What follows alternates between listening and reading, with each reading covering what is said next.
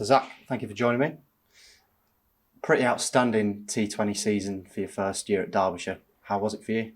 I really enjoyed it, I hadn't played as much white ball cricket as I wanted to when I was over at Trent Bridge, but I always felt I had some decent skills and to be able to do them under some decent pressure, I really enjoyed it, yeah.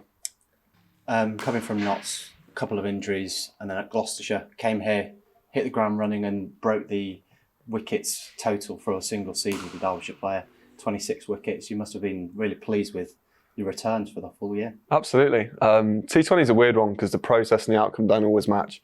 You can bowl the kind of same 24 balls and go for 20 or 40. So I try and base it on if I've stuck to my process, but obviously you can't look past the fact that if you're getting wickets, you must be doing something right. So yeah, as I said, I really enjoyed it and I feel like I learned a lot. You and Zaheer Khan, the overseas last year, strike bowlers, he also broke the record, but you pipped him to it. Kind of he come in as the flashing lights overseas star, and you kind of just chipped away at teams at sides on some occasions. Yeah, Zam was obviously an unbelievable bowler. He bowled at different times to me as well.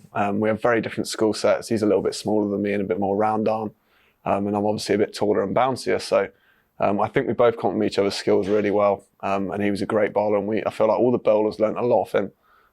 As a player and as a bloke around the unit. Coming to this season, it's kind of a bit of a change if you look at the players that were playing in that last T20 game for Derbyshire Falcons to this year. We've made some new recruits on the surface.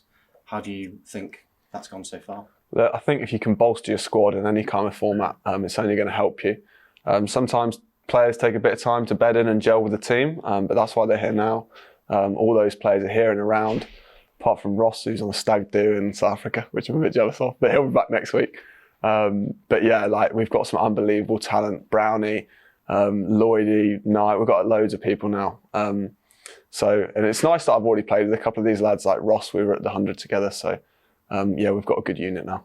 Am I correct in saying that you've played with everybody bar David Lloyd, but obviously he's been around last year?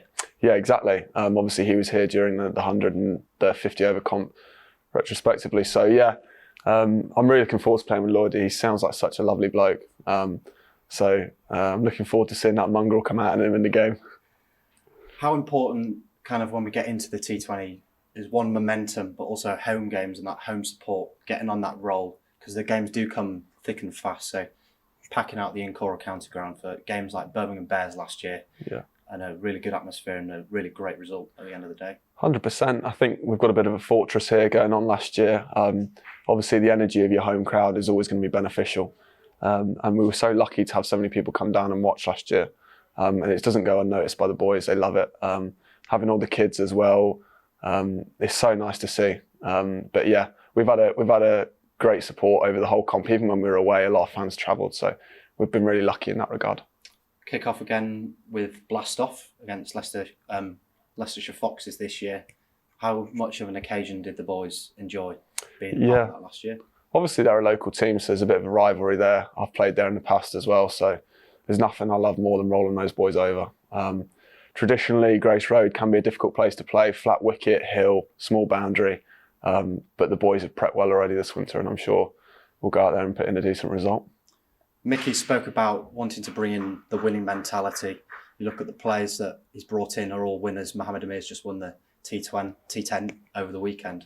How much has that winning mentality come over to the players and the aspirations of getting out of the group and really winning those crunch games? 100%. Skill is not the only thing in cricket. You need a mentality of winning. We've got Brownie over here. He's won multiple T20 blasts. I'm a 100 winner, won the blast as well. We've got countless lads. Samit, I mean, unbelievable. To have a career that long and win that much, it's borderline genius. So the people that Mickey's brought in, they've brought in for a reason. They've got an incredible mentality and it's only going to help our squad. For lads that are coming through the Derbyshire system and have done well in youth cricket, to have those kind of winning mentality people around them, it's gold dust. You spoke about the strength being brought in, and there's also now competition for places that, as a player, kind of must spur everyone to bring that extra % in the games and in training. 100%. You always want someone chasing your tail. I feel like that's how you get the most out of yourself.